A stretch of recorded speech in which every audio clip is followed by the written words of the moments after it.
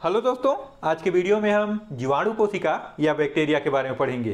तो आइए इस वीडियो को शुरू करते हैं। देखिए, जीवाणु के खोजकर्ता एंटोनी वान लीवेनहॉक हैं। इन्होंने इसे 1683 ईस्वी में दांत की खुरचन से पृथक करके इन्हें सूक्ष्म जीव या एनीमैलिक्यूल नाम दिया। बाद में आगे चलकर एरेनबर्ग ने इन्हें बैक्टीरिया या जीवाणु कहा। एंटोनी वान लीवेनहॉक को इनके खोज के कारण ही जीवाणु विज्ञान के जनक या फादर ऑफ बैक्टीरियोलॉजी कहते हैं।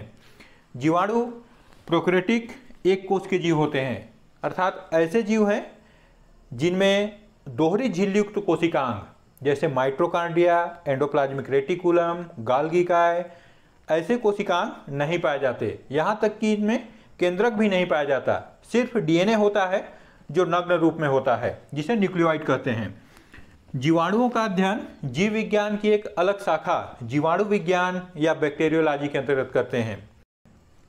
जीवाणु सर्वव्यापी होते हैं, ये सभी जगह पाए जाते हैं और जीवाणु हमारे मित्र एवं शत्रु दोनों होते हैं। ये हमारे लिए लाभदायक भी हैं और हानिकारक भी।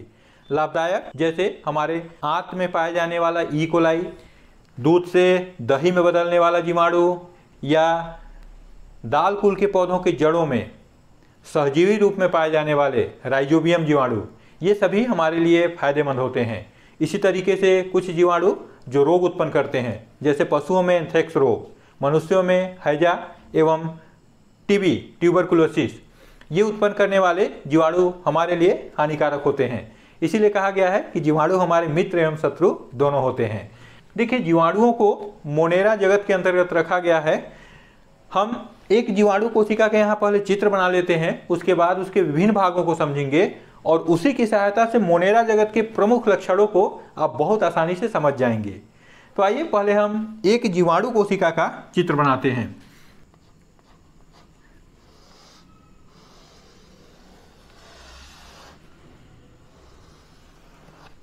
इसका जो सबसे बाहर आवरण होता है कैप्सूल कहलाता है।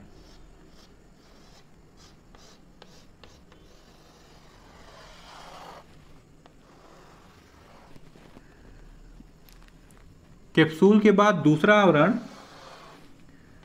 कोशिका भित्ति।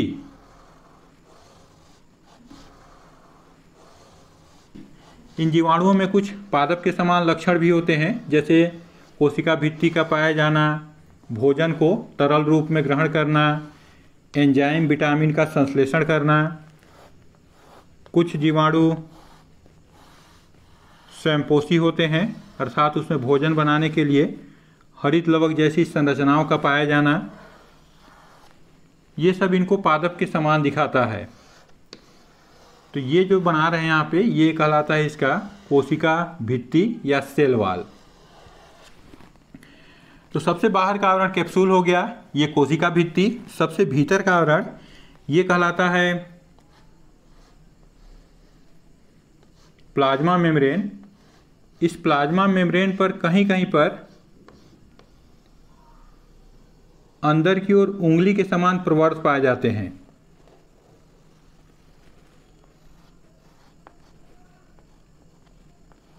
इस तरह से देखिए,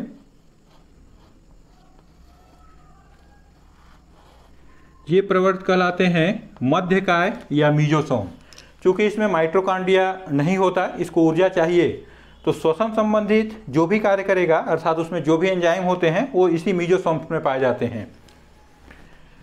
अब उसके बाद इसके भीतर का जो द्रव है ये साइटोप्लाज्म कहलाता है। उस साइटोप्लाज्म में चूंकि केंद्रक तो होगा नहीं, लेकिन इसका जो गुणसूत्र या डीएनए होता है, ये डीएनए नग्न डीएनए के रूप में, उसमें हिस्टोन प्रोटीन भी नहीं पाया जाता, ये इसमें इस तरह से बिखरा होता है। इसे न्यूक्लियोइड कहते हैं। और इस डीएनए के अतिरिक्त इसके जीव द्रव्य में एक अलग प्रकार का डीएनए भी पाया जाता है, अतिरिक्त गुणसूत्रीय पदार्थ। ये प्लाज्मिड कहलाता है। आप लोग को पता होगा ई कोलाई के बारे में, अक्सर कई प्रयोगों में हम उसको देखे हैं। तो ये प्लाज्मिड है। इसमें 70S प्रकार के राइबोसोम पाए जाते हैं। ये राइबोसोम या तो फ्री हो सकते हैं इस तरह से,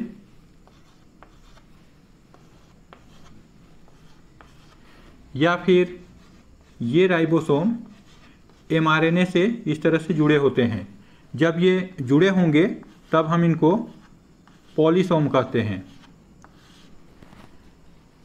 और कुछ इसमें स्टोरेज ग्रेन्यूल भी पाए जाते हैं जिनमें भोजन जमा रहता है। और इन जीवाणु कोशिकाओं में एक या एक से अधिक कशाभिका या फ्लैंजिला पाए जाते हैं जिनकी सहायता से ये गति करते हैं। तो यहाँ पे एक को बना दे रहे हैं, देखिए इस तरह से। ये 9+0 के व्यवस्था में होते हैं और इसमें इनको हम इस तरीके से भी दिखा देंगे, इस तरह से।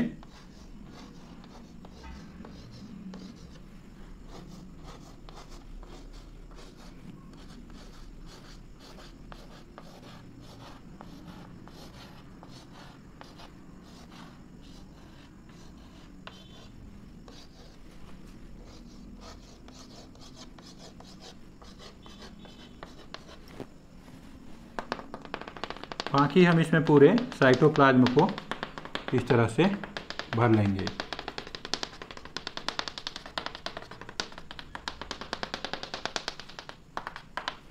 चलिए इसका नामांकन कर लेते हैं। इसमें सबसे बाहर का आवरण ये कैप्सूल कहलाता है।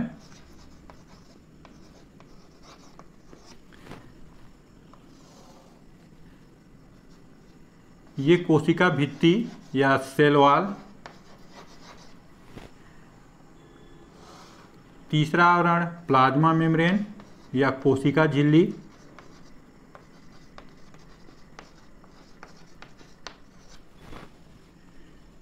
उसके बाद इसी प्लाज्मा झिल्ली से इस तरह का ये जो संरचना बना हुआ है ये माइटोकॉन्ड्रिया के समान होता है। इसको कहते हैं मीजोसोम, मध्यकाय। बीच में जो द्रव भरा हुआ है ये कहलाता है साइटोप्लाज्म, कोशिका द्रव। राइबोसोम दो तरह के, ये भी राइबोसोम।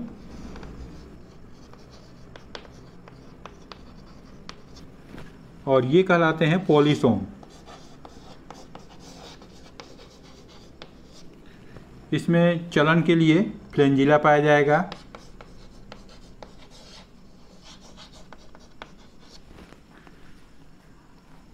ये इसका डीएनए, नग्न डीएनए, जिसको न्यूक्लियोइड कहेंगे। ये प्लाज्मिड।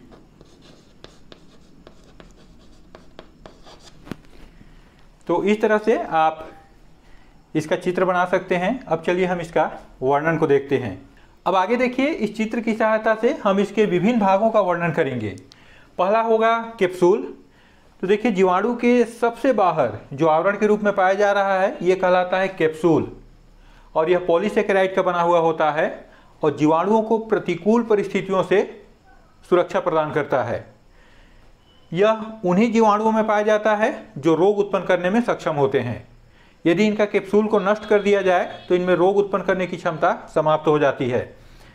हमारे मुख में जो लार ग्रंथि द्वारा स्रावित लाइसोजाइम एंजाइम है वह इन जीवाणुओं के बाहर इसी कैप्सूल को नष्ट कर देता है, जिससे जीवाणु नष्ट हो जाते हैं। अब उसके बाद आएगा दूसरा, कोशिका भित्ति या सेल वॉल। तो देखिए, कैप्सूल के नीचे एक मोटा सा परत दिखाई दे रहा है, यही कहलाता है कोशिका भित्ति। और यह पेप्टिडोग्लाइकान का बना होता है। पॉलीसेकेराइड, अमीनो अम्ल और प्रोटीन, इन तीनों से मिलकर पेप्टिडोग्लाइकान बनता है और इसी का ये मिश्रण होता है। तो देखिए, परीक्षाओं में अक्सर इसी को पूछता है कि जीवाणु कोशिकाओं का कोशिका भित्ति किस पदार्थ का बना होता है। तो वहाँ पे आप बताएंगे पेप्टिडोग्लाइकान। एक चीज़ यहाँ और ध्यान रखिए, जीवाणु दो प्रकार के होते हैं, ग्राम पॉजिटिव जीवाणु और ग्राम निगेटिव जीवाणु।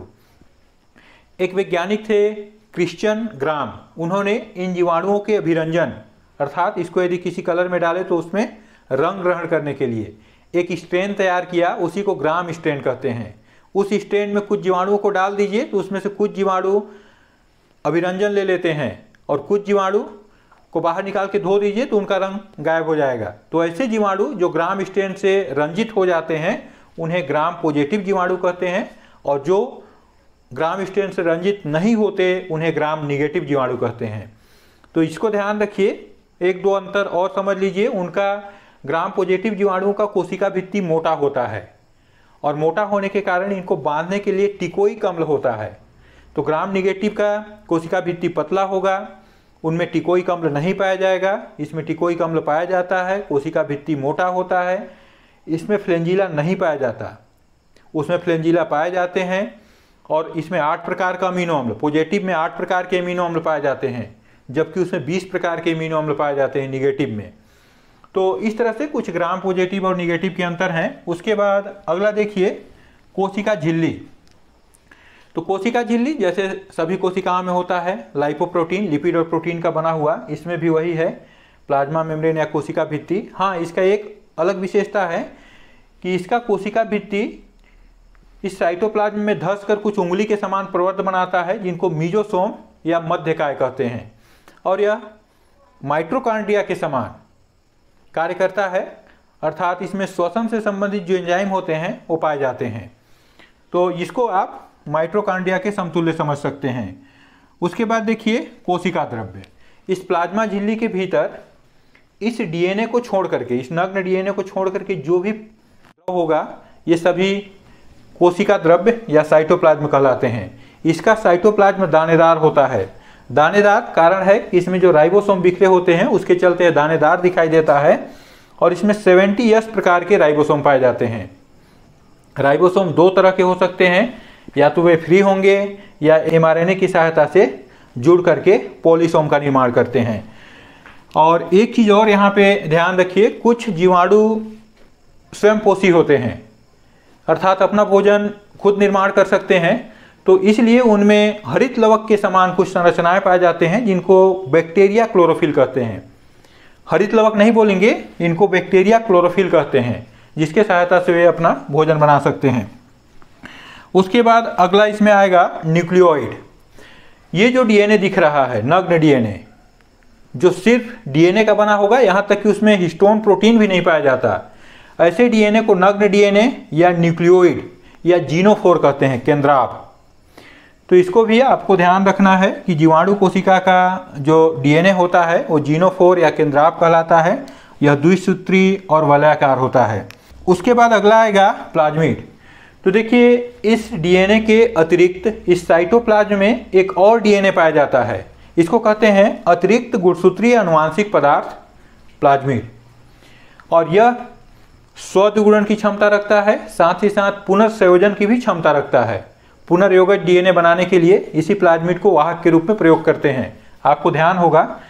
तो इस तरह से प्लाज्मिड के बारे में हो गया। उसके बाद अगला आएगा कशाभिका। तो देखिए, जीवाणु कोशिकाओं में एक या एक से अधिक कशाभिका पाए जाते हैं जो जीवाणु चल होते हैं। इसमें देखिए एक बड़ा सा कशाभिका या फ्लैंजिला बना दिया हूँ, जिसकी सहायता से यह गति करता है। और इसका व्यवस्था होता है 9+0। यहाँ पे ध्यान रखिए, जो यूकैरियोटिक होते हैं जैसे यूग्लिना, तो यूग्लिना का यदि आप फ्लैंजिला को देखेंगे तो उसमें 9+2 का व्यवस्था होता है। 9 बाहर से 9 तंतु और बीच में 2 तंतु, लेकिन इसमें सिर्फ बाहर 9 तंतु होते हैं, बीच में किसी भी प्रकार का तंतु नहीं होता। उसके बाद इसमें 2 और संरचनाएं पाए जाते हैं, एक पिल्ली और दूसरा फिम्ब्री। इसमें छोटे छोटे रोम के समान कोमल संरचनाएं निकलते हैं, उनको बोलते हैं पिल्ली। और ये जब एक जीवाणु कोशिका दूसरे जीवाणु कोशिका से संयुग्मन करता है, लैंगिक जनन का एक क्रिया है कंजुगेशन या संयुग्मन, उस दौरान ये जो पिल्ली होते हैं ये संयुग्मन नलिका बनाते हैं, जिसकी सहायता से ये प्लाज्मिड का सिंगल स्ट्रैंड उस कोशिका के भीतर प्रवेश करता है। और इसी तरीके से एक कड़े बालनुमा संरचनाएं होंगे। देखिए, ये रोमनुमा कोमल संरचनाएं होते हैं और फिम्ब्री कड़े बालनुमा संरचनाएं होते हैं। इसकी सहायता से ये जीवाणु कोशिका किसी चट्टान से चिपकता है, या फिर कोई जीवाणु भोजी इसके ऊपर अटैक करेगा तो वह इसी फिम्ब्री की सहायता से चिपकता है। तो इस तरह से इसके विभिन्न भागों को समझ गए होंगे। और अब इस जीवाणु कोशिका को आधार बनाते हुए हम इसके जगत अर्थात मोनेरा जगत के महत्वपूर्ण लक्षणों को लिख सकते हैं। देखिए, मोनेरा जगत का पहला लक्षण हो जाएगा कि इसके अंतर्गत प्रोकैरियोटिक एवं एक कोश के जीव आते हैं। दूसरा, इसके अंतर्गत स्वयंपोषी एवं विषमपोषी, क्योंकि जीवाणु दोनों होते हैं, स्वयंपोषी एवं विषमपोषी दोनों प्रकार के जीव आते हैं। तीसरा, इसके अंतर्गत जो जीव होते हैं उनमें दोहरी झिल्ली युक्त कोशिकांग, इसमें देखिए कहीं पे माइटोकॉन्ड्रिया, एंडोप्लाज्मिक रेटिकुलम, लाइसोसोम ये सब संरचनाएं नहीं पाए जाते, तो उनमें एब्सेंट होता है मोनेरा जगत में। चौथा बता सकते हैं कि इस जगत के अधिकांश जीवों में बाहर एक कैप्सूल का आवरण पाया जाता है, इसको भी बता सकते हैं। अगला बता सकते हैं कि मोनेरा जगत के जीवों में पेप्टिडोग्लाइकान का बना हुआ कोशिका भित्ति पाया जाता है। अगला बता सकते हैं इनमें जनन की क्रिया अलैंगिक जनन के द्वारा होता है। लैंगिक जनन होता भी है तो उसको हम सिर्फ जीन पुनर्संयोजन मान सकते हैं कि इसमें डीएनए का पुनर्संयोजन होता है। उसके बाद इसमें एक और लक्षण दे सकते हैं कि मोनेरा जगत के अंतर्गत पाए जाने वाले कुछ जीव नाइट्रोजन का स्थिरीकरण करते हैं। तो इस तरह से आप मोनेरा जगत के भी प्रमुख लक्षणों को लिख सकते हैं। तो दोस्तों, इस तरह आप जीवाणु कोशिका की संरचना को समझ गए होंगे। यदि यह वीडियो अच्छा लगा तो इसे लाइक कीजिए, चैनल में नए आए होंगे तो इसे सब्सक्राइब कीजिए और दोस्तों के साथ शेयर कीजिए।